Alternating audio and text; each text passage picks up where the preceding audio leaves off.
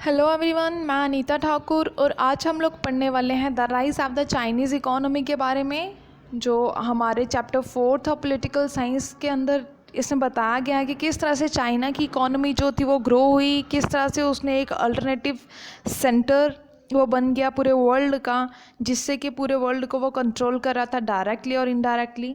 China, जिसके बारे में आप लोग अच्छी तरह से जानते हो कि इंडिया की एक नेबरिंग कंट्री है चाइना, जो आए दिन इंडिया के साथ मतलब बॉर्डर डिस्प्यूट्स उसके चलते ही रहते हैं। इवन अगर हम लोग रिसेंट की बात करें तो वो अभी भी मतलब एक्साई चीन पे वहाँ पे उनका चल रहा है, थोड़ा मुठभेड़ वगैरह चल रही है।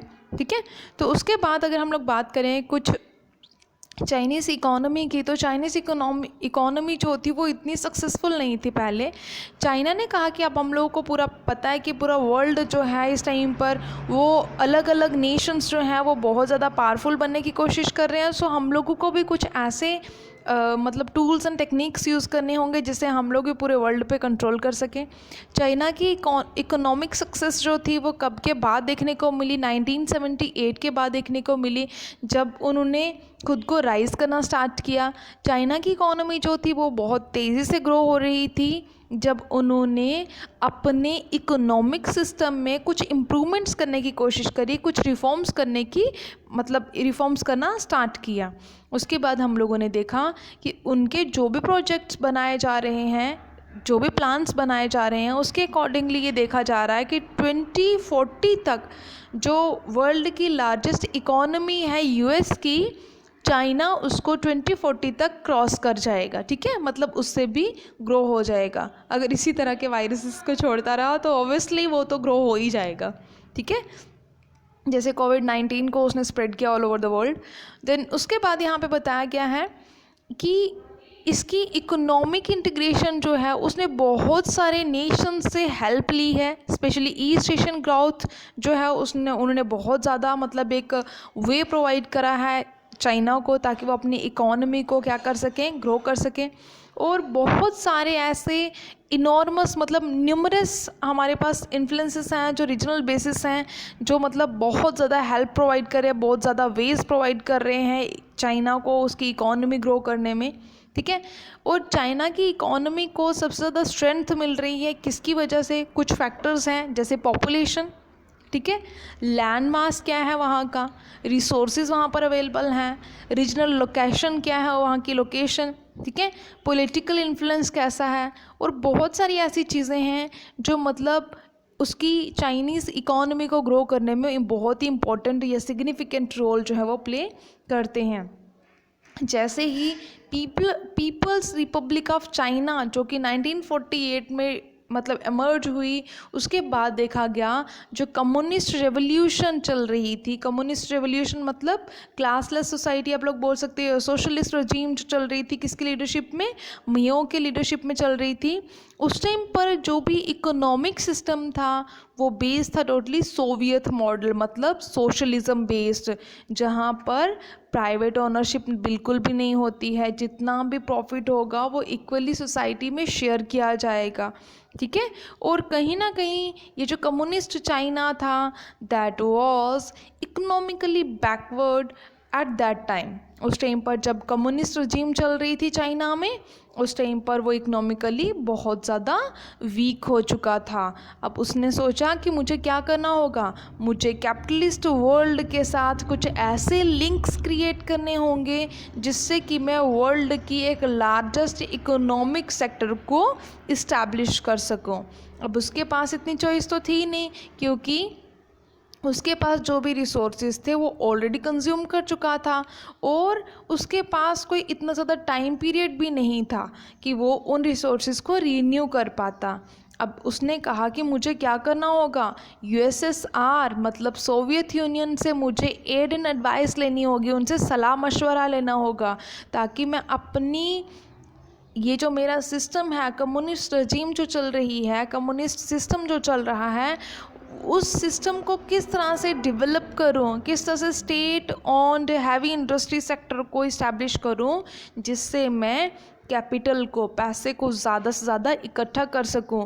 और उसके पास सिर्फ एक ही उस टाइम पर मतलब वे था, थ्रू एग्रीकल्चर प्रैक्टिसेस वो क्या कर सकता था, कैपिटल फॉर्मेशन कर सकता था। जैसे कि आप लोगों को पता है फॉरेन एक्सचेंज बहुत कम होता था, उस टाइम पर ज़रूरत होती थी बहुत ज़्यादा टेक्नोलॉजी की, टेक्निकल एडवांसमेंट बहुत ज़्यादा हो चुकी थी। अगर आप लोगों को यूएस के साथ कंपेयर करना है, खुद को compete करना है, you have to develop their technology, ठीक है। तो आप लोगों को जो भी गुड्स प्रोड्यूस करने हैं टेक्नोलॉजी से, मतलब मशीनरी से, जो कि वर्ल्ड मार्केट में उनकी अप्रोच मतलब करी जा सके, या वर्ल्ड मार्केट से उनको परचेज़ किया जा सके, वर्ल्ड मार्केट में जिन चीज़ों की डिमांड है उनको फुलफ़िल करा जाए। तो चाइना ने डिसाइड किया कि मुझे क्या करना है, अब मुझे इम्पोर्ट करना होगा डोमेस्टिक गुड्स का, उन चीज़ों का जो डोमेस्टिक वर्क्स के लिए यूज़ किया जाता है, मतलब हाउस होल्ड थिंग्स होगी जो हमारी लोकल नेसेसिटीज़ हैं। अब चाइना का ये जो मॉडल था उसमें रिसोर्सेज को मतलब इतना तेज़ी से इस्टेब्लिश नहीं करा जा सकता था, क्योंकि उसने इतनी ज़्यादा एडवांसमेंट उसे इतनी ज़्यादा एडवांसमेंट करने की ज़रूरत थी, तो टेक्नोलॉजी चाहिए थी, और टेक्नोलॉजी लाने के लिए पैसा चाहिए था जो उस टाइम पर उसके पास नहीं था, और ना उसके पास इससे पहले कोई भी टेक्नोलॉजिकल एडवांसमेंट की बात हुई थी, ना उससे पहले उसके पास कोई भी इंडस्ट्री थी। अब एम्प्लॉयमेंट और सोशल वेलफेयर जो कि पहले लोगों को दिया जा रहा था कि हाँ हर एक पर्सन जो है वो एम्प्लॉयड होना चाहिए, सोसाइटी के वेलफेयर की बात हो रही थी। लेकिन अब चाइना ने सोचा कि अगर मुझे वर्ल्ड की एक सुपीरियर पावर बनना है तो मुझे डेवलपिंग कंट्रीज़ को एजुकेट करना होगा, उनके सिटीजन्स को एजुकेट करना होगा कि आप लोगों को बेटर हेल्थ प्रोवाइड कर सकता हूँ, और साथ में मैं कुछ ऐसी इकोनॉमिक फैसिलिटीज़ मतलब कुछ ऐसी एम्प्लॉयमेंट जनरेट कर रहा हूँ जिसका ग्रोथ रेट जो क्या होगा 5 से 6% जो है वो मे भी हो सकता है, लेकिन एनुअली वो उसकी ग्रोथ कितनी हो रही थी, 2 और 3% जो थी वो पॉपुलेशन उसकी ग्रोथ हो रही थी।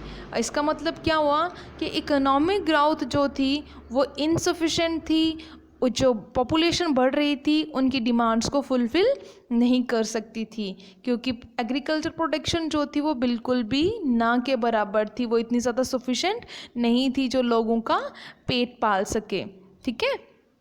और उसके बाद उन्होंने क्या करना शुरू किया, जो भी इंडस्ट्रीज इस्टेब्लिश करी उनमें उन्होंने सरप्लस ऐड करना शुरू कर दिया। अब ये सरप्लस क्या है बच्चा, किसी भी प्रोडक्ट्स के साथ सर का मतलब होता है वैल्यू, प्लस का मतलब क्या होता है ऐड करना, मतलब किसी भी प्रोडक्ट के साथ एक्स्ट्रा वैल्यूज़ को ऐड कर देना, जो कि ऑलरेडी हम लोग पढ़ चुके हैं चैप्टर 2 में कि यूएसएसआर की जो कंट्रोल्ड इकोनॉमी थी वो इस तरह की चीज़ों को मतलब कैरी ऑन कर रहे थे, उनको चला रहे थे, ठीक है, ताकि वो लोकल पॉपुलेशन की नेसेसिटीज़ को फुलफ़िल कर सकें। अब सिमिलर क्राइसिस जो थे वो चाइना फेस कर रहा था, क्योंकि चाइना की और सोवियत यूनियन की जो एक मॉडल था, जो सिस्टम था वो बिल्कुल सिमिलर था। कम्युनिस्ट रजीम जो थी वो चाइना में भी चल रही थी, और कम्युनिस्ट रजीम जो थी वो कहाँ पर चल रही थी, यूएसएसआर में चल रही थी। और वहाँ पर इंडस्ट्रियल प्रोडक्शन जो थी वो इतनी तेज़ी से नहीं हो रही थी, इंटरनेशनल ट्रेड जो था वो भी कुछ ज़्यादा नहीं हो रहा था, पर कैपिटा इनकम जो थी वो भी बहुत ही कम थी। अब चाइना के लीडरशिप जो थे उन्होंने क्या किया, उन्होंने कुछ मेजर डिसीजंस लिए, उन्होंने कुछ मेजर पॉलिसी फॉर्मेशन की, कुछ लॉज बनाए, कुछ रूल्स एंड रेगुलेशंस बनाए। कब बनाए, 1970s में बनाए, जब उन्होंने देखा कि अब हम लोग को क्या करना होगा, पॉलिटिकल सिस्टम और इकोनॉमिक सिस्टम को आइसोलेट करना होगा, मतलब राजनीति और ये जो हमारी अर्थव्यवस्था है उसको अलग करना होगा, तभी हम लोग क्या कर पाएंगे, यूनाइटेड स्टेट्स की तरह अपने रिलेशंस को उसकी तरफ मेंटेन कर पाएंगे। और 1972 में उन्होंने पॉलिटिकल सिस्टम और इकोनॉमिक सिस्टम को आइसोलेट कर दिया, सेपरेट कर दिया, ताकि वो यूएस के साथ एक बेटर रिलेशंस मेंटेन कर सके। उस टाइम पर प्रीमियर जाहू एनलाइव जो थे वो उस टाइम पर क्या कर रहे थे, लीड कर रहे थे, मतलब लीडर थे। उन्होंने एक मतलब कुछ मेजर डिसीजंस लिए जिनमें उनने 4 मॉडर्नाइजेशंस की बात करी, 4 मॉडर्न मतलब टेक्निक्स को अपनाने की बात करी। फर्स्ट उन्होंने बोला एग्रीकल्चर को एक्सपैंड किया जाए। एग्रीकल्चर को एक्सपैंड इसलिए किया जाए क्योंकि जितनी ज़्यादा पॉपुलेशन बढ़ रही है, पॉपुलेशन बढ़ने से फूड क्रॉप्स की भी क्या होगी, डिमांड होगी। तो उनकी डिमांड को फुलफ़िल करने के लिए एग्रीकल्चर नेशन में एग्रीकल्चर प्रैक्टिसेस का करना बहुत ज़रूरी है ताकि वो फूड्स के लिए सेल्फ सफिशिएंट हो सके। इंडस्ट्रीज़ लगाई जाएं ताकि हमारी जो लोकल नेसेसिटीज़ हैं या फिर हम लोग वर्ल्ड मार्केट लगा सकें, एक्सपोर्ट इंपोर्ट हो सके।